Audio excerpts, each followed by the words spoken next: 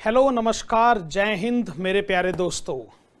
आज की class job and batch costing revision class. छोटा सा चैप्टर है, इसकी रिवीजन क्लास की ड्यूरेशन भी कोई ज़्यादा बड़ी नहीं होगी। ओके, पहला टर्म है जॉब कॉस्टिंग। ठीक है जी, तो जॉब कॉस्टिंग के मीनिंग से शुरुआत करते हैं। Okay, point number 1, applicability. There are many business organizations where work, or we can say job, is executed as per the specific requirements of the customers. Example: interior decoration, event management, car and scooter repairs workshop, printing press, travel agency, etc. The technique of job costing is applicable in case of above mentioned industries. हमने क्या कहा जी कि कुछ ऐसी industries है जहां customer की requirement ये डिसाइड करेगी कि जॉब कैसा होगा, और हर कस्टमर की रिक्वायरमेंट दूसरे कस्टमर से अलग होती। मैं अगर इंटीरियर डेकोरेशन का एग्जांपल लूं, भाई आपको भी अपने घर का इंटीरियर डेकोरेशन अगर कराना है तो आपकी अपनी रिक्वायरमेंट होगी ना, आपकी अपनी सूटेबिलिटी होगी। आपके पड़ोसी की कुछ और है, आपके रिश्तेदार की कुछ और है। उसी तरीके से जैसे एक एग्जांपल ट्रैवल एजेंसी का, भाई आप इस बार छुट्टियों में घूमने जाना चाहते हैं, अब जहां जाना चाहते हैं उसी के हिसाब से प्लान बनेगा ना। इसका सीधा सा मतलब है ना, जैसा कस्टमर, जैसी कस्टमर की रिक्वायरमेंट वैसे जॉब का एग्जीक्यूशन।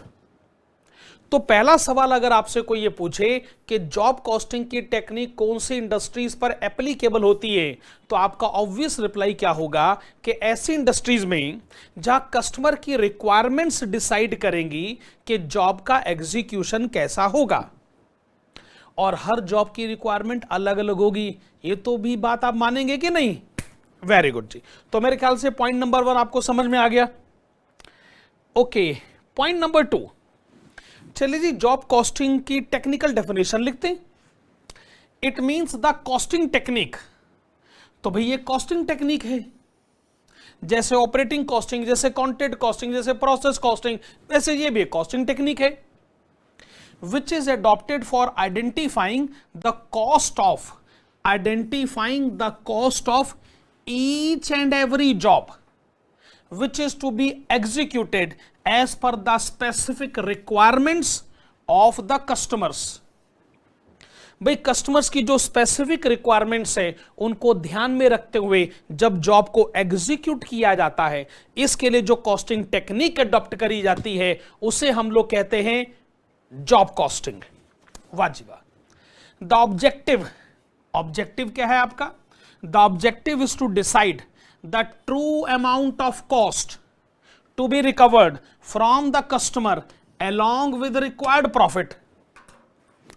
आप ये कॉस्टिंग टेक्निक अडॉप्ट करोगे तो आपको क्या पता चलेगा कि एक एक जॉब जो एग्जीक्यूट किया जाता है कस्टमर की रिक्वायरमेंट के हिसाब से, उसकी ट्रू कॉस्ट हम कस्टमर से कितनी मांगे।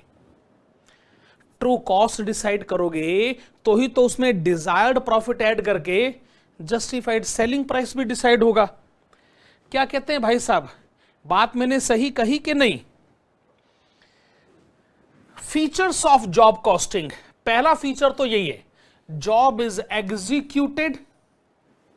पहला फीचर तो यही है, job is executed as per the requirements of each customer.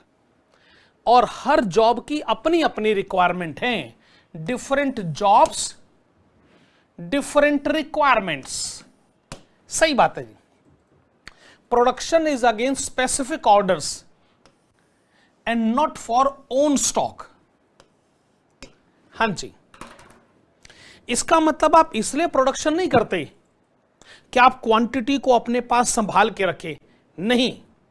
पहले आपके पास ऑर्डर आता है, फिर आप उसको एग्जीक्यूट करते हो। भाई नॉर्मल केसेस में तो पहले क्वांटिटी प्रोड्यूस होती है, फिर उसकी सेल होती है, और जब तक सेल ना हो जाए तब तक स्टॉक में रखना पड़ता है। यहां पर क्या हो रहा है कि यहां पर ऑर्डर पहले आया है और उसको फुलफिल करना है।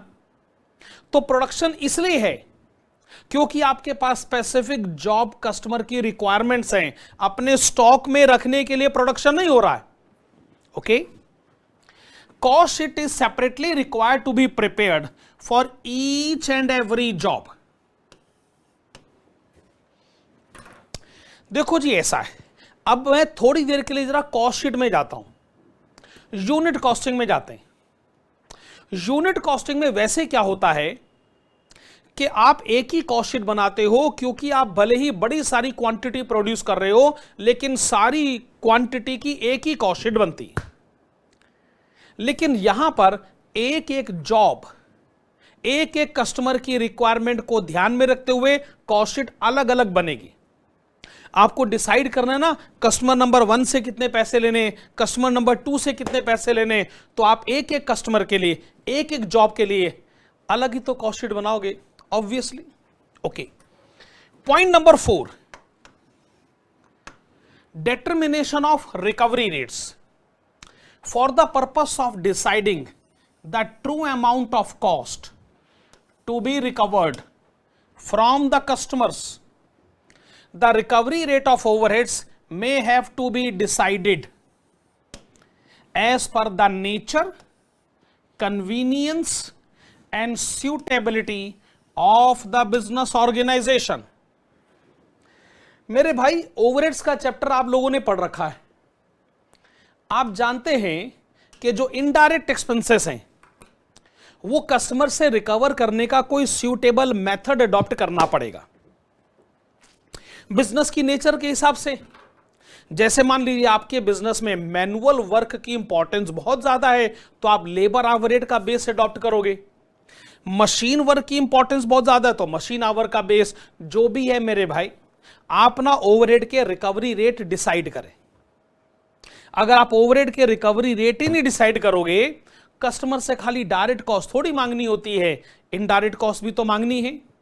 डायरेक्ट कॉस्ट और indirect cost, total cost plus desired profit. और इनडायरेक्ट कॉस्ट तो तभी आप मान सकते हैं ना जब आप उसके ओवरहेड के रिकवरी रेट डिसाइड करें नेचर, सूटेबिलिटी, रिक्वायरमेंट्स के हिसाब से। वाजिबा।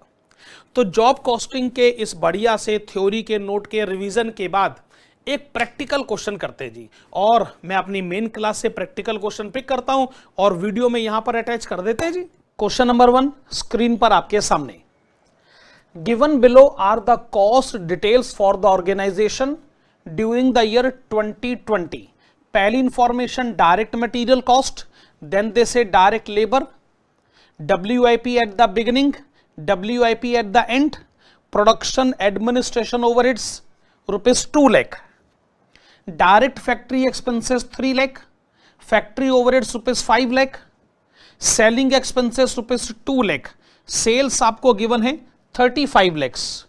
ओके, तो ईयर 2020 में आपने अपनी सारी टोटल डिटेल्स हमको बताई। आगे बढ़ते। Then the question says during March 2021, ध्यान दीजिए पिछली जो डिटेल्स थी वो ईयर 2020 की टोटल डिटेल्स थी, अब वो कहते हैं during March 2021 there is an inquiry for a job, inquiry for a job requiring, उस जॉब को एग्जीक्यूट करने में आपका मटेरियल कॉस्ट होगा 5,000 पे, आपका लेबर कॉस्ट है ₹10,000 और डायरेक्ट फैक्ट्री एक्सपेंसेस 1,000 आप डिसाइड करेंगे। Factory overheads are recovered as percentage to prime cost, office and administration overheads as percentage to works cost, selling and distribution overheads as percentage to cost of production. However, it is felt that this year there is higher office and administration cost to the extent of 10% and selling costs have gone up by about 15%. What should be the quotation for the job if same rate of profit on sale is to be maintained as during the year 2020? Okay. तो जैसा मैं question को समझ पा रहा हूं, पहले आपने हमको लास्ट ईयर यानी ईयर 2020 की टोटल डिटेल्स बताई, फिर वो कहते हैं वो ठीक है, हमने आपको 2020 की डिटेल्स बताई, पर हमारा मेन ऑब्जेक्टिव क्या है कि मार्च 2021 में एक जॉब हमारे पास आया है, हम ये जानना चाहते हैं कि उस पर्टिकुलर जॉब के हम पर्टिकुलर कस्टमर से टोटल कितना अमाउंट रिकवर करें। अब सवाल जो उठता है कि ईयर 2020 की डिटेल्स क्यों गिवन है, क्योंकि ये सारा का सारा झंझट असल में ओवरहेड्स को लेकर है। ओवरहेड्स के जब रिकवरी रेट डिसाइड करे जाते हैं तो लास्ट ईयर के बेसिस पे डिसाइड करे जाते हैं। तो इसका मतलब आपको पहले अपने लास्ट ईयर की सिचुएशन को समझना होगा, उसको बेस बनाकर रिकवरी रेट डिसाइड करने होंगे, और एक बार रिकवरी रेट डिसाइड हुए तो ही यह पता चलेगा कि आपको किसी स्पेसिफिक कस्टमर से किसी स्पेसिफिक जॉब को लेकर कितना अमाउंट रिकवर करना है। ओके, आइए शुरू करते हैं आंसर टू क्वेश्चन नंबर 1। इसकी शुरुआत आप कैसे करेंगे? आपकी तरफ से हेडिंग होनी चाहिए पहले cost sheet of all the jobs. क्या लिखा आपने?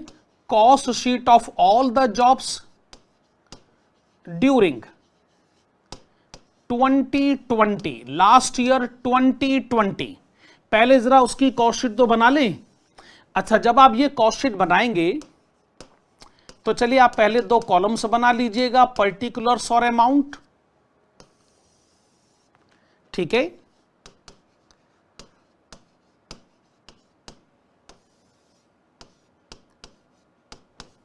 आप कहां से शुरू करना चाहेंगे?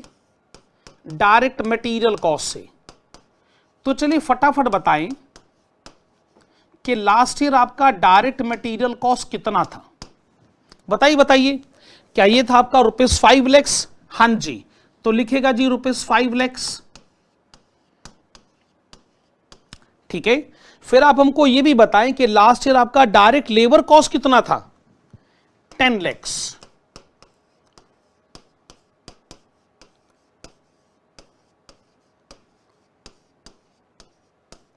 ओके, हम यह भी जानना चाहेंगे कि लास्ट ईयर में आपके डायरेक्ट एक्सपेंसेस कितने थे।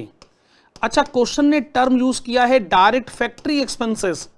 इससे हमारी सेहत पे क्या असर पड़ता है भाई? डायरेक्ट तो डायरेक्ट है, फैक्ट्री पर हो या कहीं पर भी क्यों ना हो। वैसे डायरेक्ट एक्सपेंसेस लास्ट ईयर में आपके थे कितने? ₹3 लाख। ठीक है, तीनों डायरेक्ट एक्सपेंसेस का टोटल करिए भाई, ये तो आ गया टोटल 18 लाख। और ये आपने क्या पता कर लिया है? Prime cost. Very good.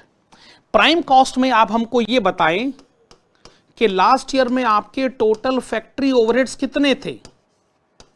Last year में आपके टोटल वर्क्स ओवरहेड्स कितने थे?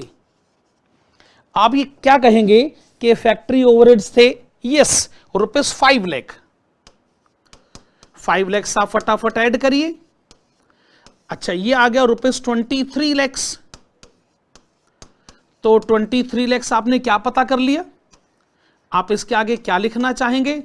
Gross works cost. ठीक है, अच्छा, ग्रॉस वर्क्स कॉस्ट में आप पहले ऐड करिएगा ओपनिंग स्टॉक ऑफ WIP।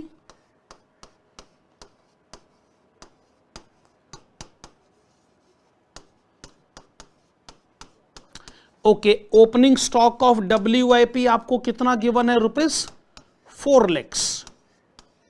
ठीक है, फिर आप डिडक्ट करना चाहेंगे क्लोजिंग स्टॉक ऑफ WIP। ये आपको गिवन है ₹3 लाख।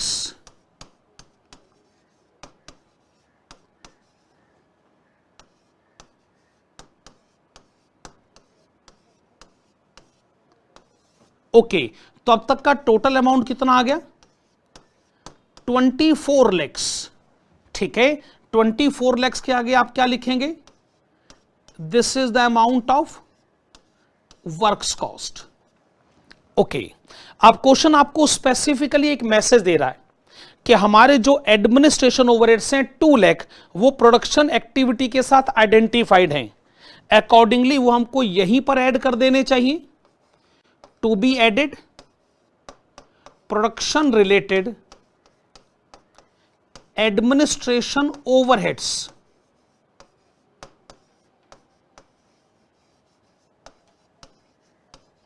ओके, अमाउंट आपको कितना गिवन है? ₹2 लाख। परफेक्ट। 2 लाख ऐड करते ही ये आपको पता चल गया ₹26 लाख। 26 लाख आपने कौन सा अमाउंट पता कर लिया है? Well, this is cost of production.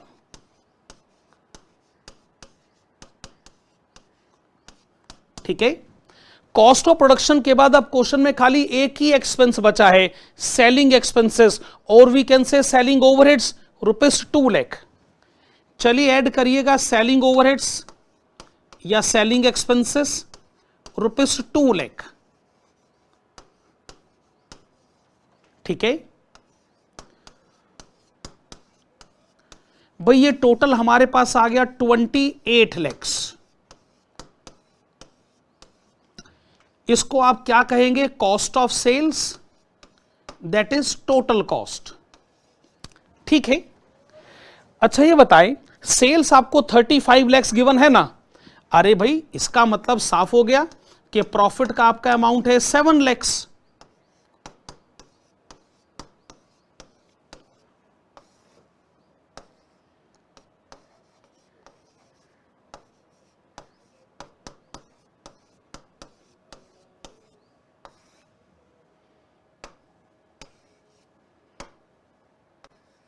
Okay, तो आपने लास्ट ईयर 2020 की टोटल कॉस्ट शीट बना दी।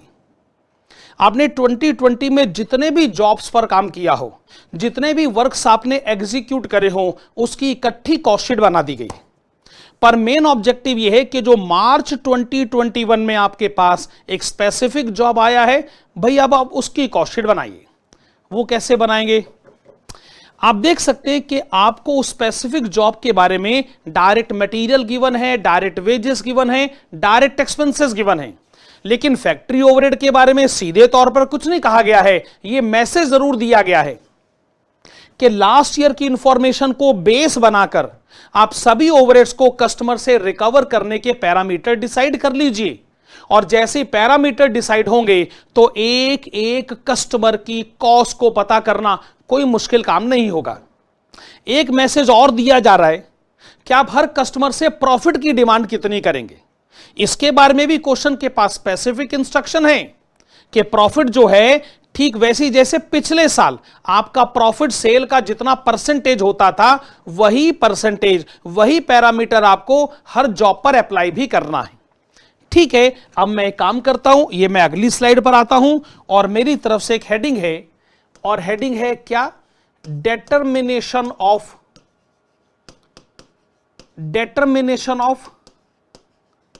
Recovery rates. जब तक आप ये रिकवरी रेट्स डिसाइड नहीं करेंगे, तब तक आप किसी स्पेसिफिक जॉब की स्पेसिफिक कॉस्ट नहीं पता कर पाएंगे। ओके, उसमें नंबर 1 मैं स्टार्ट करना चाहूंगा फैक्ट्री ओवरहेड से। ओके, अब सुनिएगा,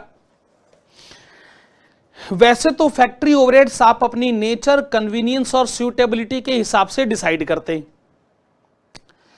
लेकिन क्वेश्चन कहता है कि जहां तक फैक्ट्री ओवरहेड्स का सवाल है, हम इसका रिकवरी रेट प्राइम कॉस्ट के पैरामीटर पे फिक्स करना चाहेंगे। वेल, ये आपका फैसला है और हम आपके फैसले का सम्मान करते हैं। So factory overheads as percentage of prime cost is equal to, भाई जरा पिछले साल की इंफॉर्मेशन को उठाइए। आप मुझे बताइए, पिछले साल आपके टोटल फैक्ट्री ओवरहेड्स कितने थे? 5 लाख। कितने? 5 लाख। आप लिखिए कि फैक्ट्री ओवरहेड से 5 लाख रुपए, बड़ी अच्छी बात है।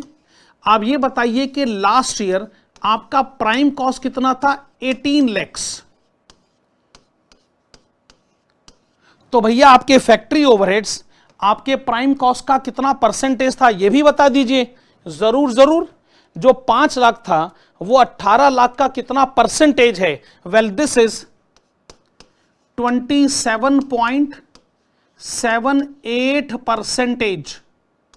हम ये बात बड़े आराम से मान सकते हैं कि अगर ये रिलेशनशिप लास्ट ईयर में था तो ये रिलेशनशिप फ्यूचर में भी रहेगा, और एक एक पर्टिकुलर जॉब के केस में टोटल कॉस्ट पता करते समय इस रिलेशनशिप को अप्लाई करा जा सकता है, of course without any doubt. Point number 2 पर आइएगा जी। ओके, अब मैं ये जानना चाहूंगा कि भाई ये मैं ऑफिस एंड एडमिनिस्ट्रेशन ओवरहेड्स को कस्टमर से कैसे रिकवर करूं। क्वेश्चन कहता है अरे काहे की चिंता करते भाई, हम बता रहे हैं ना कि उसको वर्क्स कॉस्ट से कंपैरिजन में आप सोच सकते हैं। जरूर जरूर, बड़ी अच्छी बात है। आप लिखेंगे ऑफिस एंड एडमिनिस्ट्रेशन ओवरहेड्स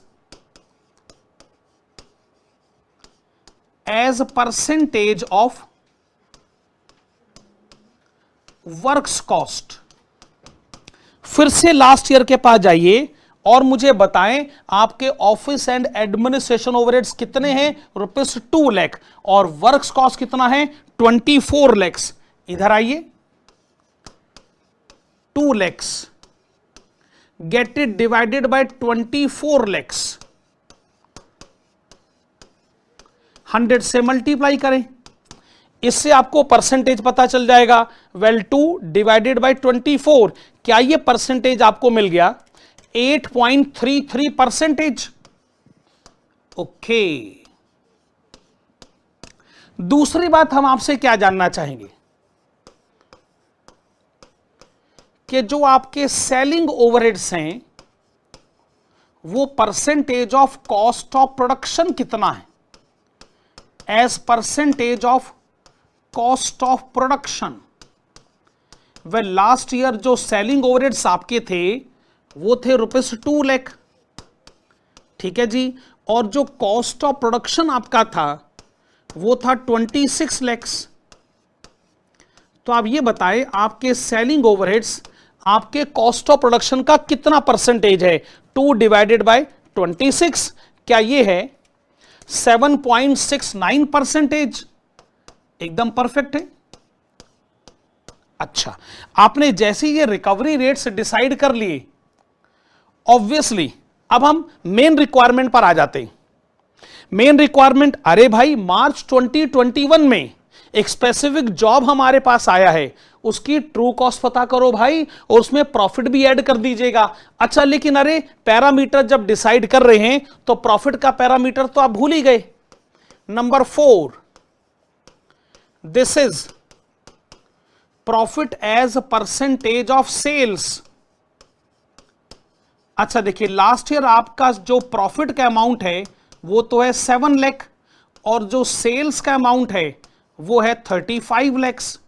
तो मैं ये कह सकता हूं कि जो प्रॉफिट है वो आपकी सेल्स का 20% है। चलिए खैर, सारे पैरामीटर्स डिसाइड हो चुके हैं। अब बस सीधे मार्च 2021 में जो जॉब आपके पास आया है भैया, अब उसकी कॉस्ट शीट बनानी। तो ठीक है, हेडिंग क्या होनी चाहिए, cost sheet of a specific job, brackets में मार्च 2021। ओके,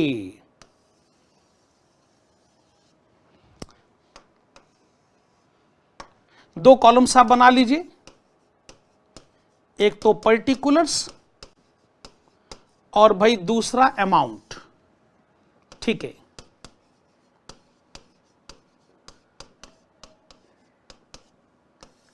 पर्टिकुलर्स में आप बताएं कि इस जॉब को एग्जीक्यूट करने का आपका स्पेसिफिकली डायरेक्ट मटेरियल कॉस्ट का अमाउंट कितना है। आप कहेंगे डायरेक्ट मटेरियल कॉस्ट स्पेसिफिकली ₹5,000, सीधा आप लिखिए ₹5,000, ठीक है। दूसरी बात, इस जॉब को एग्जीक्यूट करने का आपका स्पेसिफिकली डायरेक्ट लेबर कॉस्ट का अमाउंट कितना है। Okay, this is given to us ₹10,000, ये भी ठीक है। डायरेक्ट एक्सपेंसेस ये आपको गिवन है ₹1,000, ये भी ठीक है। टोटल करिए भाई साहब, क्या ये टोटल आ गया 16,000? ये आ गया प्राइम कॉस्ट। ओके, अब आपको इस पर्टिकुलर कस्टमर से फैक्ट्री ओवरहेड्स की डिमांड करनी। किसकी डिमांड करनी है? फैक्ट्री ओवरहेड्स की। अच्छा, आप कहेंगे कि सर फैक्ट्री ओवरहेड्स का हिसाब किताब तो तय हो चुका है। ये रहा फैक्ट्री ओवरहेड्स, प्राइम कॉस्ट का 27.78% है। ठीक है, ओके, आप यहां लिखेंगे 27.78% ऑफ प्राइम कॉस्ट। ठीक है, 16,000 ये आपका प्राइम कॉस्ट है। क्या ये अमाउंट आ गया 4,445? तो लिखिए जी 4,445 करिए total, this is 20,445।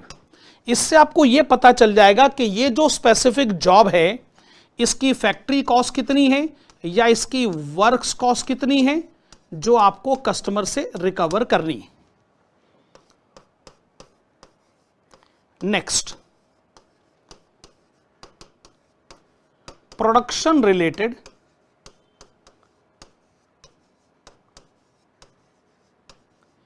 Administration overheads. क्या लिखा आपने? Production related administration overheads. इधर आइए, इधर आइए।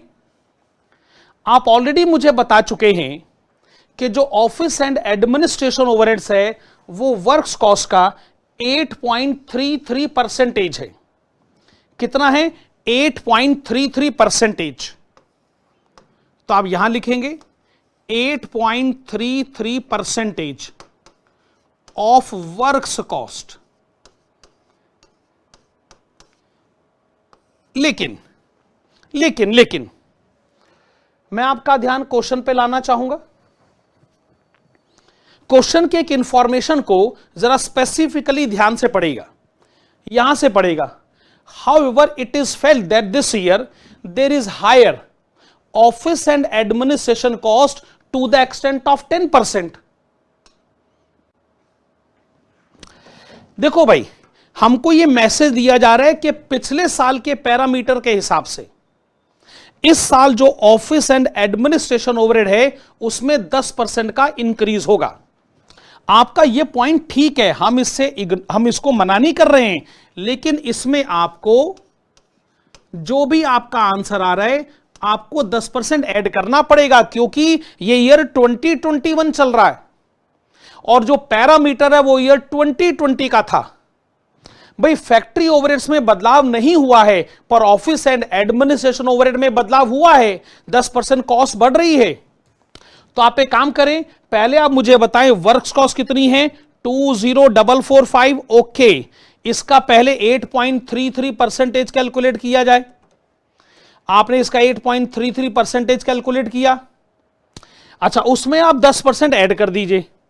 मैं जैसे उसमें 10% ऐड करता हूं तो कैलकुलेटर मुझे बताता है 1873 अप्रॉक्सीमेटली। परफेक्ट। अब आप एक काम करें, 20,445 में आप ऐड करें 1873। लीजिए भाई साहब, ये आ गया 22,318। क्या आ गया? 22,318। यानी इस पर्टिकुलर जॉब का ये कॉस्ट ऑफ प्रोडक्शन का अमाउंट कहा जा सकता है।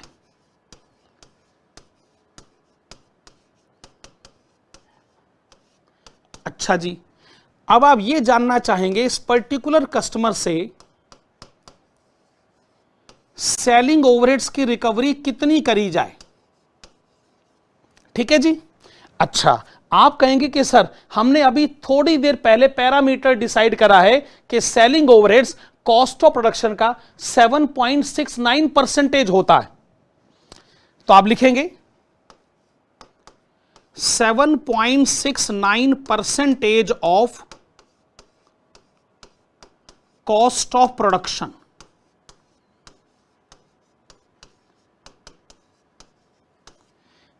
लेकिन मेरे भाई ये पैरामीटर तो पिछले साल का है, आप मुझे बताएं इस साल क्या होगा। अरे स्पेसिफिकली दे से 15% इंक्रीज होगा, आप इसमें ऐड करें 15%।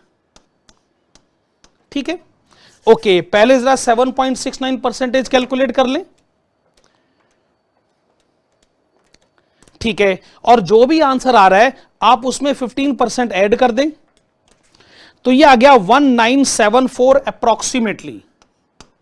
आपने क्या बताया, 1974 अप्रोक्सीमेटली। बड़ी अच्छी बात है, इससे आपको यह पता चल जाएगा कि स्पेसिफिक जॉब की जो टोटल कॉस्ट है जो इसके साथ आइडेंटिफाई करी जानी चाहिए। Okay, 22318 plus 1974, very good, this is 24292। आपने बताया 24292। प्रॉफिट आप इसमें ऐड करें, डिजायर्ड प्रॉफिट इसमें ऐड किया जाए, ताकि फाइनली आप इस जॉब का जो टोटल सेल वैल्यू है आप वो डिसाइड कर सकें। ठीक है जी, अच्छा, आपको कितना प्रॉफिट चाहिए? प्रॉफिट आपने अभी थोड़ी देर पहले बताया है कि प्रॉफिट जो है वो सेल प्राइस का 20% होना चाहिए। कितना? 20%। ओके, जो 20% ऑफ सेल वैल्यू हुआ तो मैं इसको कह सकता हूं 1/5 ऑफ सेल्स। ठीक है, और जो सेल्स का 1/5 है समझो वो है 1/4 ऑफ कॉस्ट। भाई सेल्स का 1/5 यानी 20%, या कॉस्ट का 1/4, 1/4 को आप 25% भी कह सकते हैं। तो प्रॉफिट है 6073, 6073। Sale value 30365। नेक्स्ट कंसेप्ट है बैच कॉस्टिंग। अच्छा, जो बैच टर्म है ना वो हमको अपने काम में बड़ा अच्छा लगता है जी। हम लोग तो बोलते भी हैं ये हमारा फेस टू फेस बैच है, यानी जो student face to face batch में आते हैं। ये हमारा बैच वो है जो हमारी pen drive, Google drive classes का बैच है।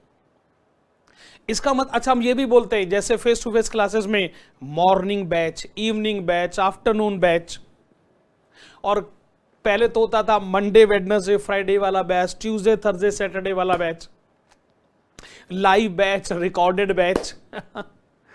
अच्छा खैर, चलिए बैच टर्म पर आते हैं। जब हम टर्म यूज करते हैं बैच तो हमारा मतलब क्या है? Batch means group of identical or similar units. In every batch there are identical or similar units but each batch is different. Well, batch के लिए ना मैं आपको सबसे बढ़िया एग्जांपल देता हूं और वो है बुक पब्लिशिंग बिजनेस का। बुक पब्लिशिंग बिजनेस में जैसे मान लीजिए ये डिसाइड करा गया कि इस बैच में हम 5000 किताबें प्रिंट करेंगे, यानी 5000 किताबें प्रिंट करने का एक बैच बनता है। उसमें हम वो 5000 किताबें प्रिंट करके फिर मार्केट में ऑफ कोर्स बेचने के लिए भेजते हैं। अच्छा, दूसरा एग्जांपल है जैसे shirt, readymade garments, shirt manufacturing company. वो ये कह सकते देखो भाई ये वाले स्टाइल की शर्ट, ये वाले कलर की शर्ट, ये वाले नाप की शर्ट एक पर्टिकुलर क्वांटिटी प्रोड्यूस करते। जैसे एक बार में मान लीजिए साहब 1 लाख शर्ट सिल दी, तो एक पर्टिकुलर बैच में इतनी शर्ट सिली गई, उसके बाद ऑफ कोर्स उनको आपको बेचना है। एक तीसरा एग्जांपल है फार्मास्यूटिकल कंपनीज का।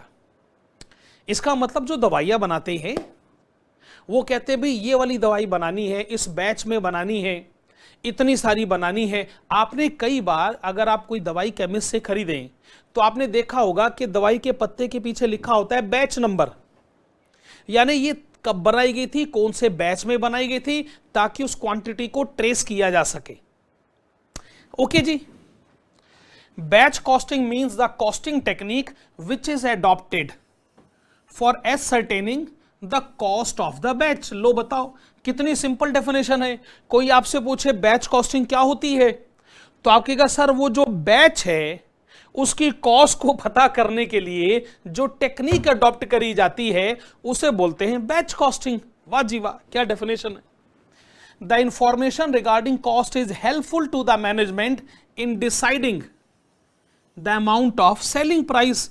ये लाइन तो आप जहां मर्जी लिखो यार, कॉस्ट की इंफॉर्मेशन के बेसिस पे यही तो पता चलेगा ना कि भैया सेलिंग प्राइस कितना डिसाइड करना। देखो जी, बुक पब्लिशिंग में बैच कॉस्टिंग हो सकती है। रेडीमेड गारमेंट्स का एग्जांपल भी मैंने आपको दिया था। मेडिसिन एंड ड्रग्स मैन्युफैक्चरिंग यानी pharmaceutical companies, toys manufacturing, yes. खिलौनों में बैच कॉस्टिंग होती है भाई, खास किस्म का खिलौना एक बैच में बनाया जाता है। टायर्स एंड ट्यूब्स मैन्युफैक्चरिंग एकदम परफेक्ट एग्जांपल है। टायर्स एंड ट्यूब, जैसे मान लीजिए साइकिल मैन्युफैक्चरिंग कंपनी को यह लगा कि जी इस पर्टिकुलर मंथ में हमको 10,000 साइकिलें बनानी, तो अगर इस महीने 10,000 साइकिलें बनानी है तो 10,000 इंटू 2 20,000 टायर्स और 20,000 ट्यूब्स की जरूरत तो होगी। तो tyres and tubes manufacturing company में स्पेसिफिक बैच में स्पेसिफिक क्वांटिटी को प्रोड्यूस किया जाता है। ओके, आगे बढ़ते। Each batch is a separate cost centre which implies that cost is to be separately ascertained for each batch। Her batch एक separate cost centre है। इसका मतलब आपको हर बैच की कॉस्ट को अलग से पता करना पड़ेगा depending upon the quantity contained in each batch. Her batch में जितनी क्वांटिटी है उस क्वांटिटी को ध्यान में रखते हुए। Okay, very good. The amount of total cost is divided by total quantity for ascertaining cost per unit। भाई देखो, आप एक बात बताओ, भले ही आप एक बैच में 1,00,000 यूनिट बनाओ, भले ही आप एक बैच में 1,00,000 यूनिट बनाओ, पर आपने एक एक कस्टमर को तो एक एक यूनिट बेचनी है ना। आपने एक बैच में मान लो 1,00,000 पेन बना लिए, पर आपने तो एक एक कस्टमर को एक एक पेन बेचना है। तो जितनी भी आपकी टोटल बैच कॉस्ट है ना, उसको डिवाइड कर दो टोटल क्वांटिटी से। इससे आपको पता चल जाएगा कि आपकी पर यूनिट कॉस्ट कितनी। और पर यूनिट कॉस्ट अगर जानोगे तो ही तो सेलिंग प्राइस डिसाइड करोगे।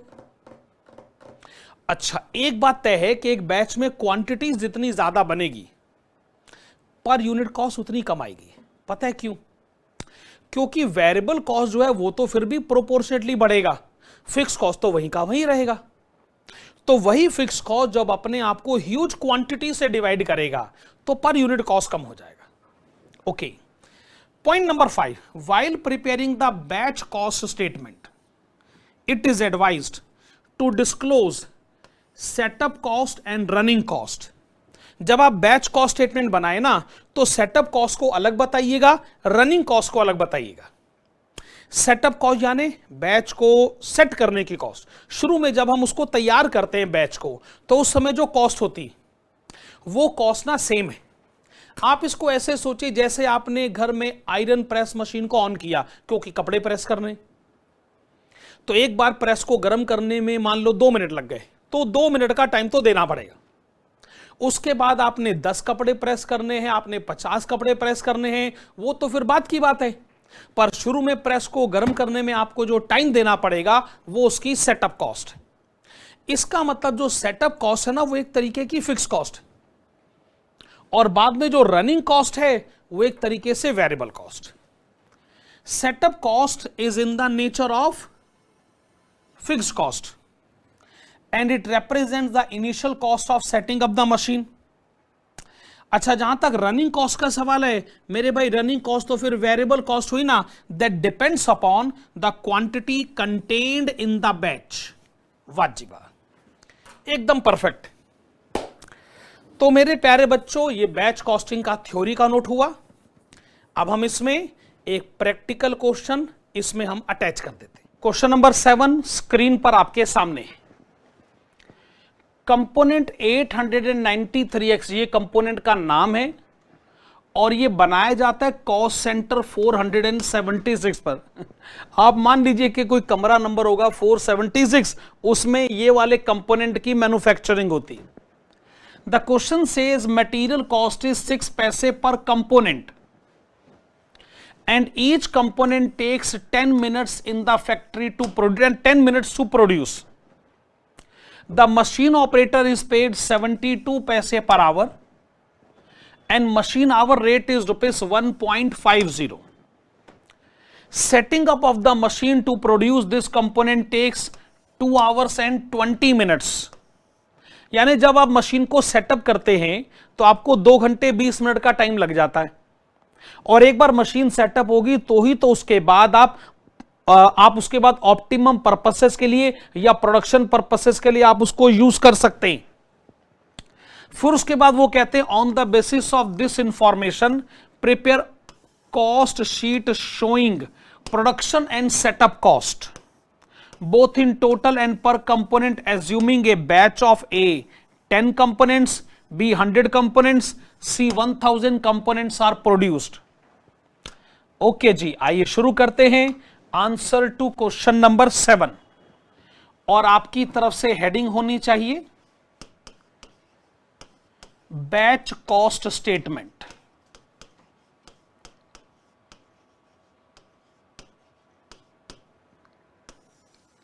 ठीक है जी, ओके।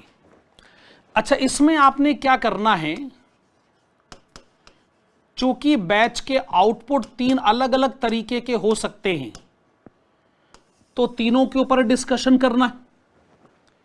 पहला हो सकता है 10 कंपोनेंट्स का केस, ठीक कह रहा हूं ना भाई। दूसरा हो सकता है 100 कंपोनेंट्स का केस, और मेरे भाई आखिरी आप लिखिएगा 1000 कंपोनेंट्स का केस।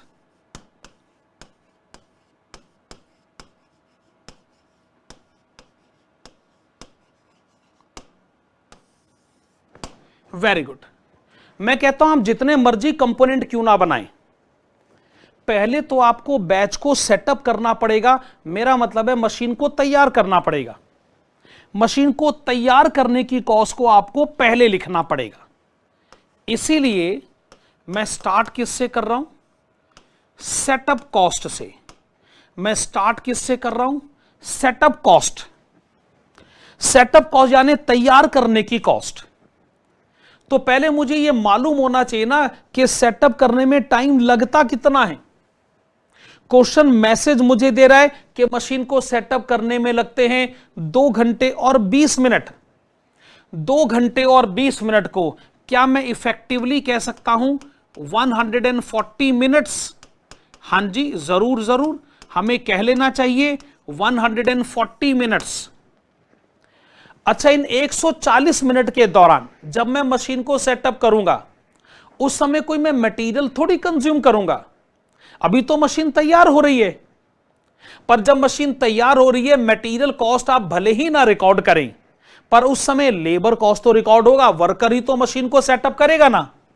तो उस समय आप स्पेसिफिकली लिखिए कि लेबर कॉस्ट का बर्डन होगा। आप लिखिए कि ओवरहेड कॉस्ट का बर्डन होगा। ओवरहेड का मतलब जैसे इलेक्ट्रिसिटी, मशीन तैयार हो रही है, वर्कर को पैसे देने पड़ रहे हैं और उस समय बिजली का खर्चा भी है। वर्कर को वैसे आप पैसे कैसे देते हैं? क्वेश्चन का क्लियर कट मैसेज है 72 पैसे पर आवर। तो आप एक काम करिएगा, पहले आप लिखेंगे 72 पैसे पर आवर, ये ब्रैकेट में आप लिख लीजिए। अच्छा, जहां तक ओवरहेड्स का सवाल है, क्वेश्चन का मैसेज है कि मशीन आवर रेट है ₹1.50। मशीन आवर रेट का मतलब यह कि मशीन 1 घंटे चल जाए तो ओवरहेड का एक्सपेंस कितना हो जाता है, दे से ₹1.50 पर आवर। अब आप मुझे बताएं, अगर आप 1 घंटे की कॉस्ट जानते हैं, मेरा मतलब है आप 60 मिनट की कॉस्ट जानते हैं, तो यार 10 मिनट की कॉस्ट बताना क्या मुश्किल है आपके लिए? सिंपल सा पॉइंट ऑफ व्यू आपसे पूछ रहा हूं। इफ लेबर कॉस्ट इज 72 पैसे पर आवर, क्या मुझे बता सकते हैं कि 140 मिनट की कॉस्ट कितनी है? तो आप एक काम करें, 72 को आप डिवाइड करें 60 से, आप उसको मल्टीप्लाई कर दें 140 से, ये हो गया एक तरीके से 168 पैसे। इफेक्टिवली मैं इसको लिखना चाहूंगा ₹1.68।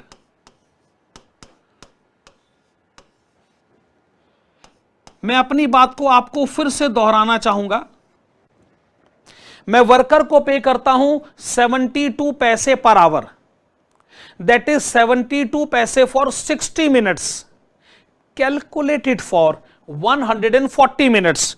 तो प्रोसीजर मैंने क्या अपनाया, मैंने 72 को पहले 60 से डिवाइड किया, फिर मैंने उसको 140 से मल्टीप्लाई करा, तो मुझे पता चल गया 168 पैसे, उसको मैंने लिख दिया ₹1.68। सिमिलरली मेरा ओवरहेड्स है 1.5 per hour, that is for 60 minutes, divide करें 60 से, ये मेरा पर मिनट कॉस्ट आ गया। आप मल्टीप्लाई करें 140 से, तो ये है ₹3.50।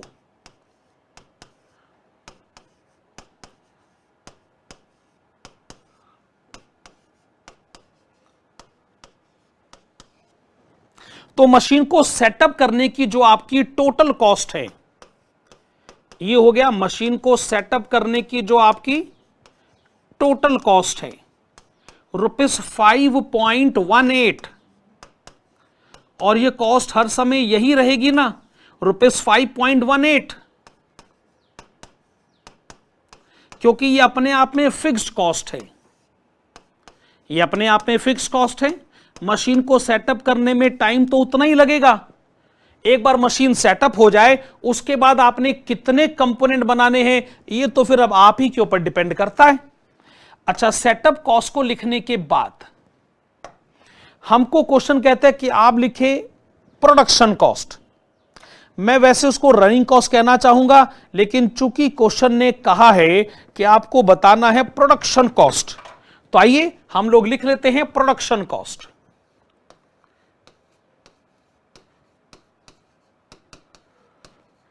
प्रोडक्शन कॉस्ट एक तरीके से आपकी वेरिएबल कॉस्ट है। इसमें आप लिखना चाहेंगे मटेरियल्स, ठीक बात है। मटेरियल्स की इंफॉर्मेशन क्या है, 6 पैसे पर कंपोनेंट। लो जी, हमारा काम तो हो गया। आप लिखिए 6 पैसे पर कंपोनेंट। तो मेरे भाई फिर 10 कंपोनेंट की कॉस्ट हो गया 60 पैसे। वेल, मैं उसको लिखना चाहूंगा ₹0.60। इस हिसाब से सोचे तो 100 कंपोनेंट्स का मैं लिखना चाहूंगा ₹6, और 1000 कंपोनेंट्स का मैं लिखना चाहूंगा ₹60। Very good. मटेरियल के बाद आप दूसरी कॉस्ट कौन सी लिखना चाहेंगे, लेबर कॉस्ट। वह लेबर कॉस्ट के बारे में क्वेश्चन के पास एक मैसेज है, और वो मैसेज ये है कि एक यूनिट को बनाने में एक एवरेज वर्कर को 10 मिनट्स का टाइम लेना चाहिए था। क्या मैं ठीक कह रहा हूं? आप एक बार क्वेश्चन को पढ़ें। क्या ये क्वेश्चन के पास मैसेज है कि एक यूनिट को बनाने में एक एवरेज वर्कर को 10 मिनट का टाइम लेना चाहिए? अब मैं ये जानना चाहूंगा कि 10 मिनट का लेबर कॉस्ट कितना हुआ। इस पर आप कहेंगे कि जो लेबर कॉस्ट पर कंपोनेंट है, it is equal to labour cost of 10 minutes. कोई गलत बात तो नहीं कही ना? ओके। अगर आपका वेज रेट है 72 पैसे पर आवर, तो क्या मुझे 10 मिनट का वेज कॉस्ट बता सकते? अगर 60 मिनट का वेज कॉस्ट है 72 पैसे, तो 10 मिनट 10 मिनट्स का वेज कॉस्ट, भाई क्या ये हो गया 12 पैसे पर कंपोनेंट,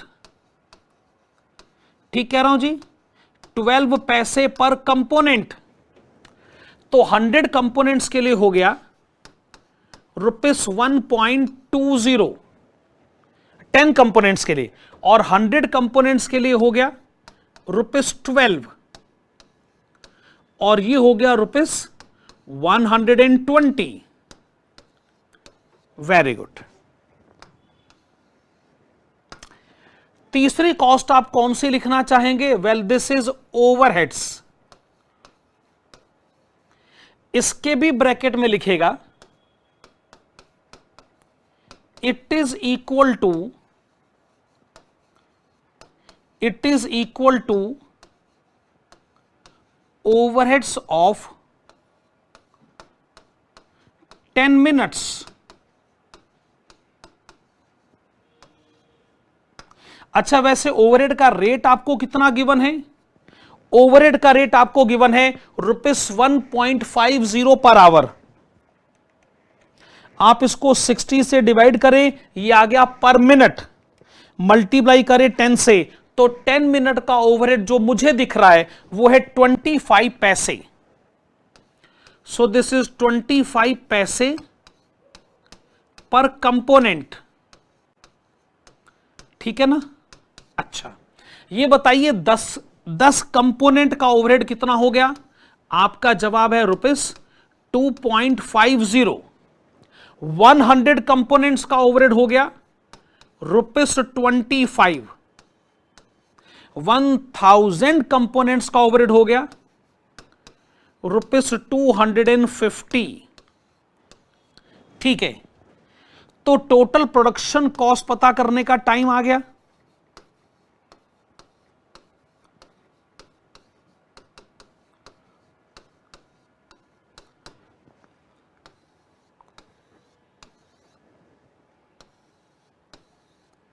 परफेक्ट। 0.60, 1.20, 2.50, क्या ये है ₹4.30? चेक करिए, 4.30। ओके, ये हो गया ₹43। और मेरे भाई लास्ट में फिर आप क्या बताना चाहेंगे? फिर तो ये ₹430 होगा ऑब्वियसली।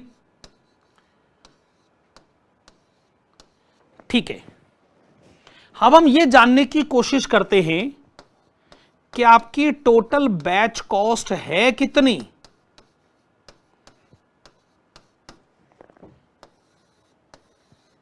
भाई अगर आप बनाओगे 10 कंपोनेंट तो वैसे आपकी सेटअप कॉस्ट है 5.18, लेकिन प्रोडक्शन कॉस्ट है 4.3। ये आपको टोटल कॉस्ट दिखेगा 9.48।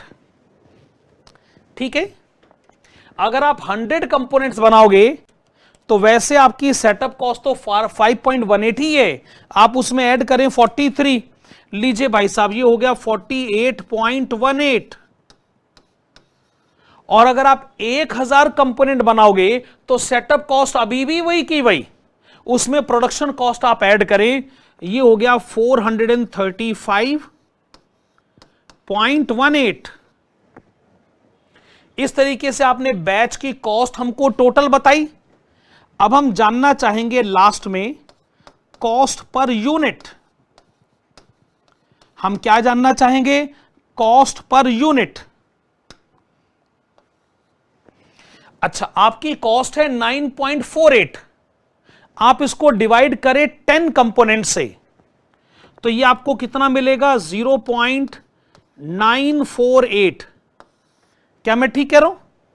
अगर मैं 9.48 को 10 से डिवाइड करता हूं तो मुझे पर कंपोनेंट मिला 9.48। अगर मैं 48.18 को 100 से डिवाइड करता हूं, यह आ गया 0.4818। और यहां पर अगर मैं 1000 से डिवाइड करता हूं तो आ गया 0.43518। वाजिब। साफ तौर पे देखा जा सकता है कि जैसे जैसे बैच का साइज बढ़ता है वैसे वैसे टोटल बैच की कॉस्ट भी इंक्रीज होती है, ऑफ कोर्स इंक्रीज होनी भी चाहिए। बैच का साइज बढ़ाएंगे तो क्या कॉस्ट नहीं बढ़ेगी? जरूर बढ़ेगी भाई साहब। लेकिन जब आप बैच कॉस्ट को क्वांटिटी से डिवाइड करते हैं तो एक इंटरेस्टिंग कंक्लूजन हमारे सामने आता है, और वो ये कि कॉस्ट पर यूनिट कम होती जा रही है, कम होती जा रही है, कम होती जा रही है। बहुत बड़ा कंक्लूजन आपके सामने आया है। ज्यादा बैच में ज्यादा क्वांटिटी बनाने का एडवांटेज ये होता है कि आपको टोटल कॉस्ट जितनी भी आपकी आई है उसको बड़ी क्वांटिटी से डिवाइड करने का मौका मिलता है, और चूंकि फिक्स कॉस्ट हमेशा सेम रहती है इसलिए आपको पर यूनिट कॉस्ट में एक बड़ा एडवांटेज मिलता है।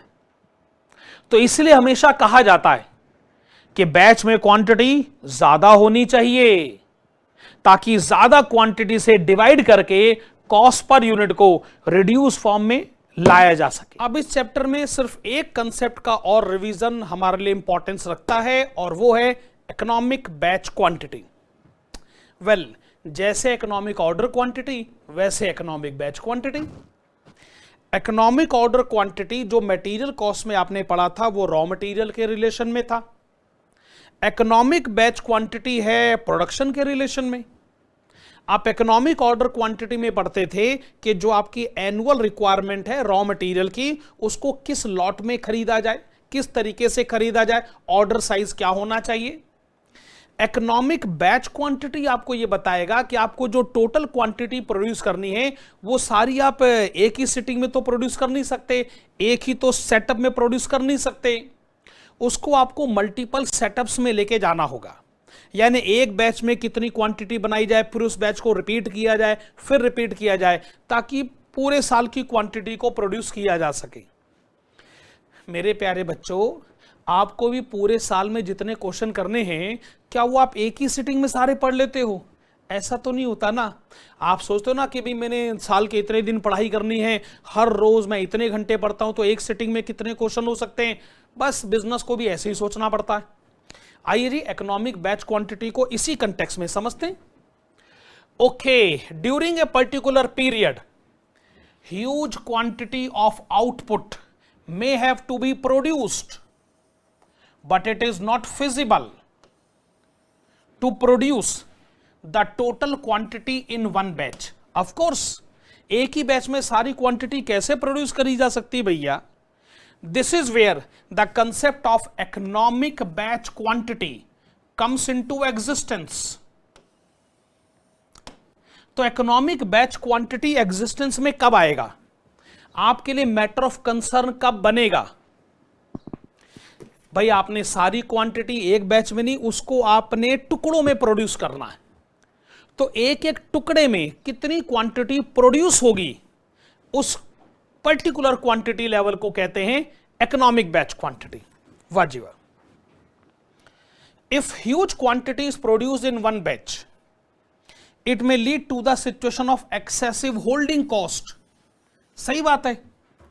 अगर आप एक बैच में ह्यूज क्वांटिटी प्रोड्यूस करोगे तो यार ह्यूज क्वांटिटी को रखोगे कहां? बड़ा वेयर हाउस है आपके पास, बड़े वेयर हाउस का ना रेंट भी ज्यादा होता है, इलेक्ट्रिसिटी बिल भी ज्यादा आएगा, और मिसलेनियस एक्सपेंसेस भी ज्यादा होंगे।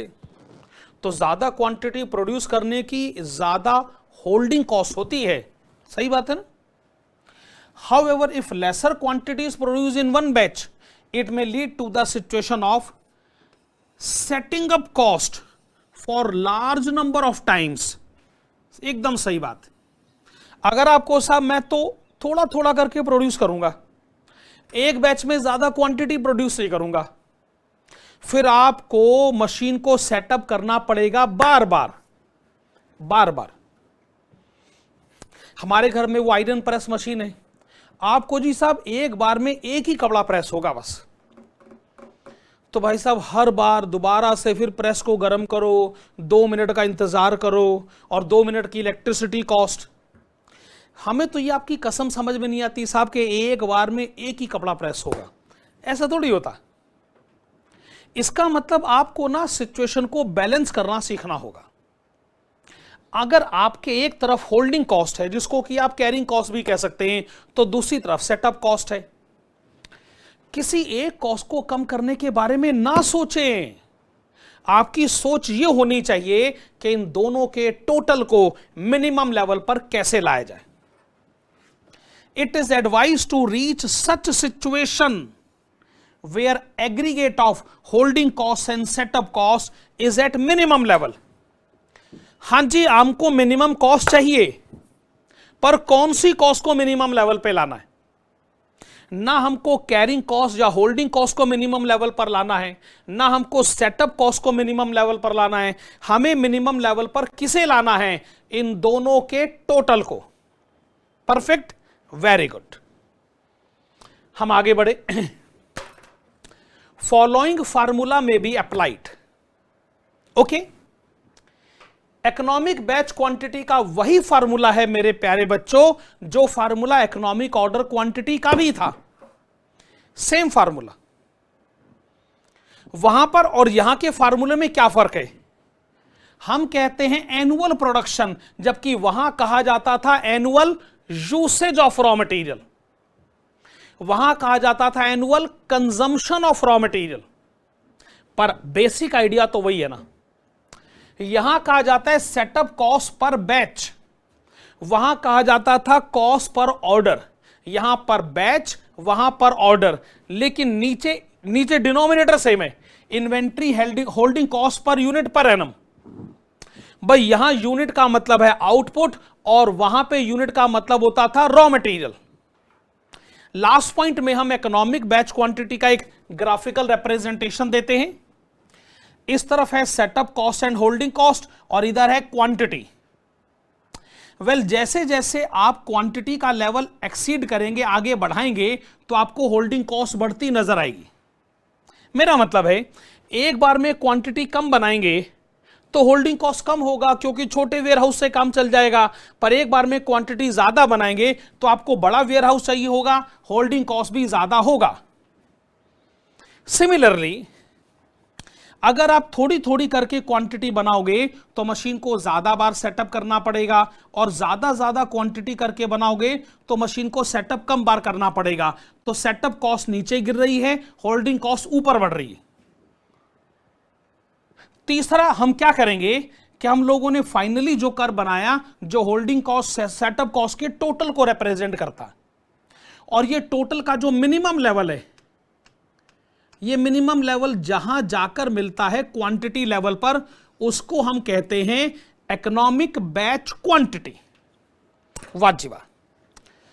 तो इकोनॉमिक बैच क्वांटिटी का थ्योरी का नोट हुआ। वैसे मैंने आपको बताया था कि रिवीजन में ये मेरी तरफ से लास्ट कंसेप्ट होगा इसका। पर अब हम एक काम करते हैं, एक प्रैक्टिकल क्वेश्चन हम अब एकदम आखिर में वीडियो का ऐड कर देते हैं। Question number 9। Okay, a limited manufactures motherboards used in smartphones. Okay, a smartphone requires one motherboard. As per the study conducted by Indian cellular association, there will be demand for 180 million क्या होता है भाई? 10 लाख। अगर million होता है 10 लाख तो 180 million कितना हो गया? करोड़ों में बताओ। 180 को 10 लाख से मल्टीप्लाई करो, 10 लाख में हो गए 6 जीरो, तो क्या ये हो गया 18 करोड़। Yes, okay. अच्छा, A limited is expected to have market share of 5.5%। भाई ये तो हम अगर हम इस कंपनी के बारे में बात करें, ए लिमिटेड के बारे में, वो ये कहते हैं कि जितनी भी मार्केट में डिमांड होगी उसका 5.5% शेयर तो मेरा है ही। इसका मतलब मुझे उसको प्रोड्यूस करना पड़ेगा, वो मेरा एनुअल प्रोडक्शन है। अच्छा, क्वेश्चन ये कहता है कि भाई आपका जो इन्वेंट्री होल्डिंग कॉस्ट है ना, वो है ₹6.25, लेकिन ये आपको पर यूनिट तो गिवन है, लेकिन पर मंथ गिवन है। और आप जानते हो हम तो एनुअल बेसिस पे बात करते हैं। हाँ, सेटअप कॉस्ट खैर हमको स्ट्रेट अवे गिवन है, एक बैच का 31,500। ठीक है। कंप्यूट ऑप्टिमम रन साइज आपसे पूछा जा रहा है, economic batch quantity. Second part तो खैर हम बाद में पढ़ेंगे, पहले जरा फर्स्ट पार्ट की रिक्वायरमेंट को पूरा किया जाए। ओके,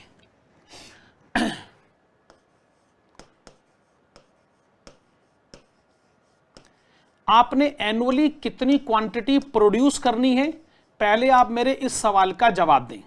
अच्छा, ईओक्यू में आपको ध्यान होगा हम कुछ एब्रीविएशन यूज करते थे, यहां पर भी अगर आप एब्रीविएशन यूज करना चाहे मेरी रिकमेंडेशन है कर लीजिए, कोई भी टर्म यूज करिए, अपने को क्या फर्क पड़ता है।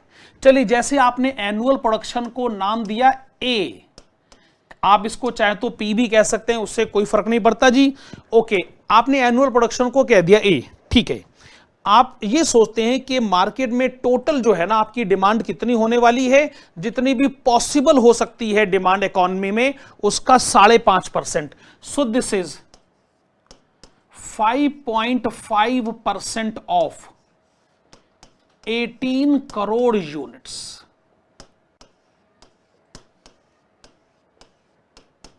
आप अपना बताइए भाई साहब।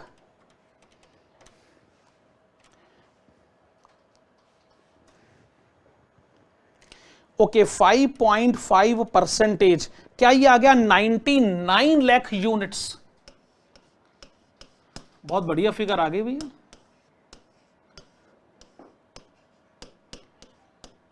आपने क्या बताया, 99 लाख यूनिट्स, तो आपने पूरे साल में प्रोड्यूस करनी है 99 लाख यूनिट्स, ठीक है जी।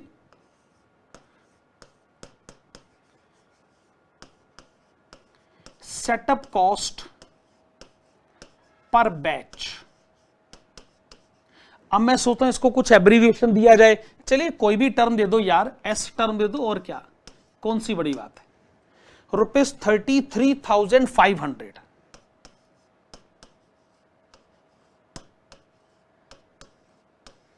आपने लिखा 33,500, फिर आप लिखेगा इन्वेंट्री होल्डिंग कॉस्ट। क्या लिखा आपने, inventory holding cost per unit per annum.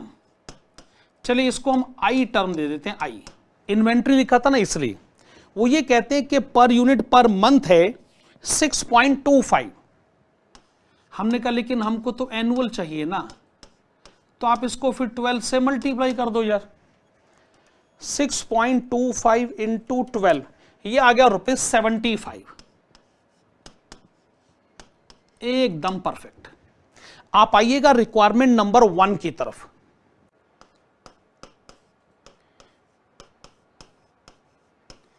Economic batch quantity, एक बैच में अगर ऑप्टिमम लेवल पर सोचा जाए तो आपको कितनी क्वांटिटी प्रोड्यूस करनी चाहिए।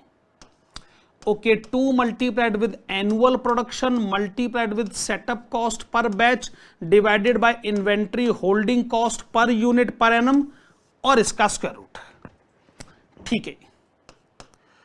ओके, एनुअल प्रोडक्शन आपका है 99 lakh units, setup cost per batch हो गया आपका 33,500, inventory holding cost per unit per annum भाई ये हो गया ₹75।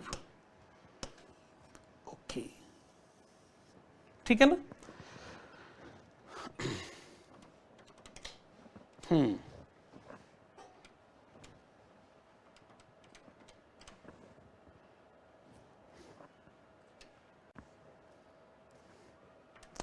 94042 भी कह सकते हैं, 94043 भी कह सकते हैं। चलिए हम लिख लेते हैं 94043 units.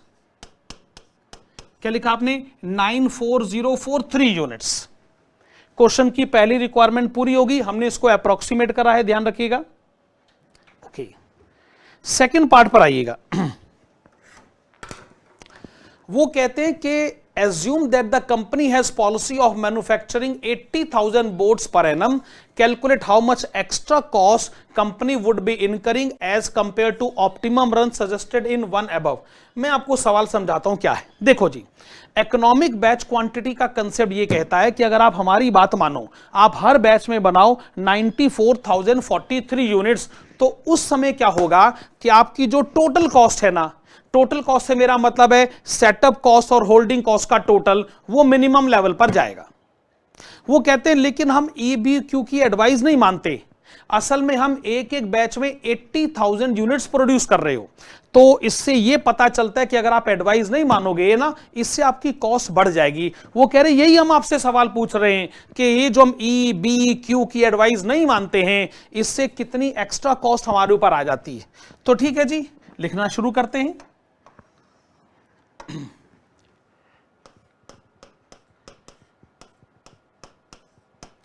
If we follow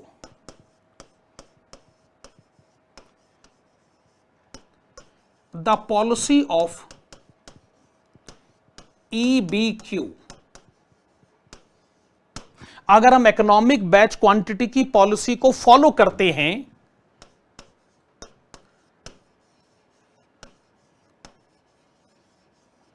the aggregate of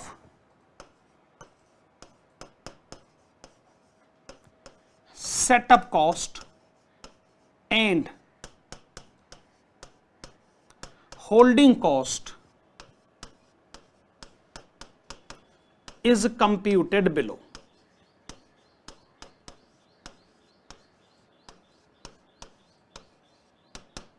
okay, पहले हम पता करना चाहेंगे setup cost.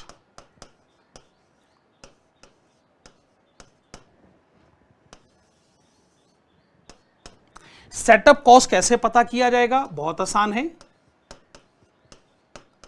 Number of setups get it multiplied with cost per setup.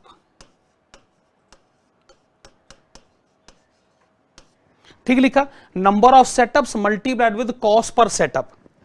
आप कहेंगे कि देखिए हमारी एनुअल रिक्वायरमेंट है 99 लाख यूनिट्स, ठीक है ना, और EBQ की एडवाइस है एक एक बैच में बनाई जानी चाहिए 94043 यूनिट्स।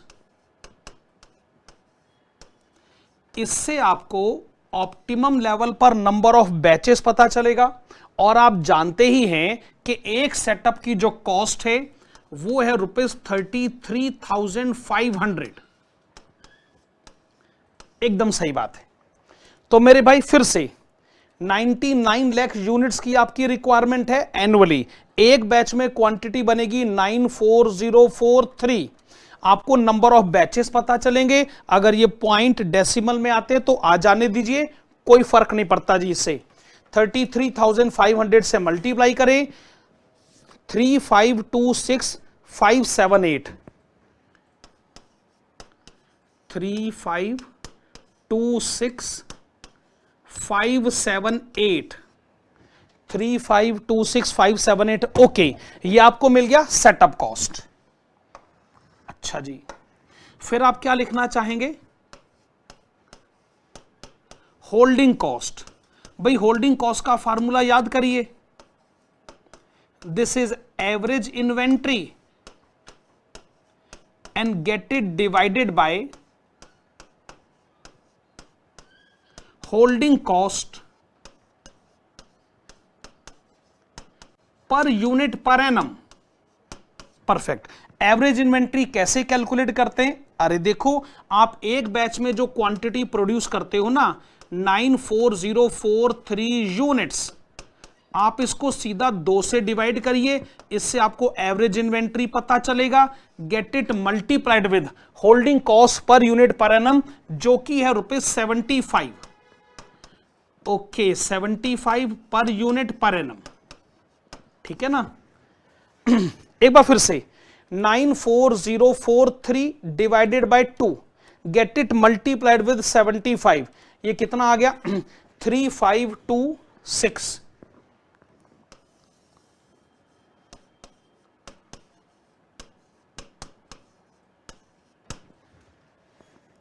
सिक्स 612 लिख लेते हैं, चलिए।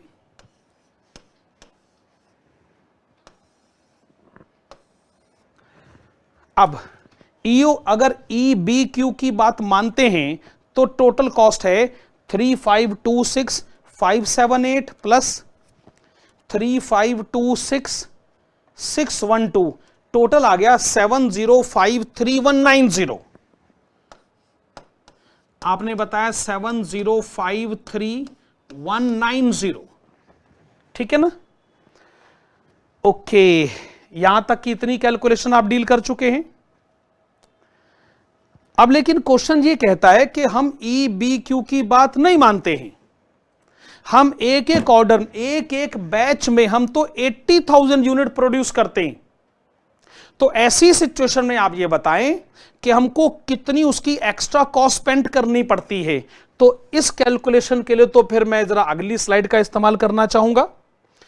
अच्छा, ईबीक्यू लेवल पर आपकी कॉस्ट है 70,53,190। ओके, हम आगे बढ़ते हैं जी।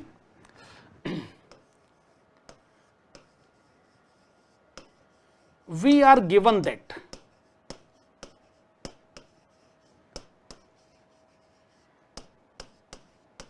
the company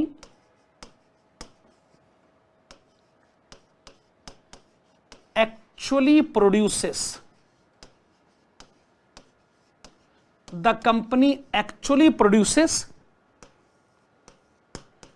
80,000 units per batch, ठीक है। Hence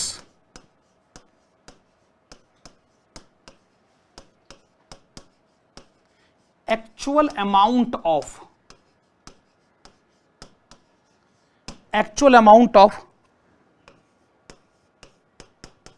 setup cost and holding cost is computed below।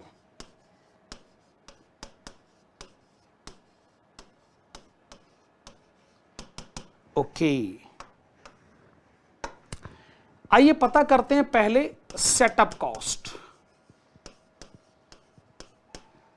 उसके लिए आपको पहले नंबर ऑफ बैचेस पता करने पड़ेंगे। आप कहेंगे कि आपकी एनुअल रिक्वायरमेंट है 99 लाख यूनिट्स और आपने एक बैच में बनानी है 80,000 यूनिट्स। आप एक बैच में बनाते हैं 80,000 यूनिट्स। इससे आपको नंबर ऑफ बैचेस पता चलेंगे। नंबर ऑफ बैचेस पॉइंट में आ जाएं, डेसिमल में आ जाएं, कोई फर्क नहीं पड़ता जी। अच्छा, कॉस्ट पर सेटअप है 33,500। तो सोचिए actual amount of setup cost आपको कितना पड़ जाता होगा। बहुत आसान है, पहले 99 लाख को आप डिवाइड करें 80,000 से, आपको नंबर ऑफ बैचेस पता चले, मल्टीप्लाई करिएगा 33,500 से 4145625। लिखिए लिखिए 4145625। परफेक्ट। ओके, आप इसमें ऐड करिएगा होल्डिंग कॉस्ट। उसके लिए एवरेज इन्वेंट्री बताना पड़ेगा। Well that is 80,000 units divided by 2 multiplied with holding cost of ₹75 per unit per annum. Perfect. तो ये कितना आ गया भाई? ये आ गया आपका ओके 30 लाख आ गया। तो 30 लाख आप इसमें ऐड करिए। तो भाई एक्चुअल में आपकी कॉस्ट कितनी हो रही है? This is 7145,625। जबकि अगर आप EBQ की बात मान ही लेते तो आपकी कॉस्ट कितनी होती? 7053,190। हम तो आपसे एक्स्ट्रा कॉस्ट पूछ रहे हैं। ओके, 7145,625 की कॉस्ट हो रही है, जबकि होनी चाहिए थी 7053,190।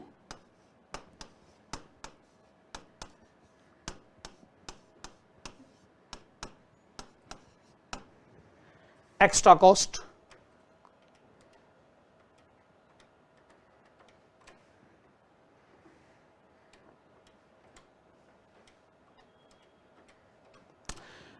92,435 92,435 वाह जी वाह।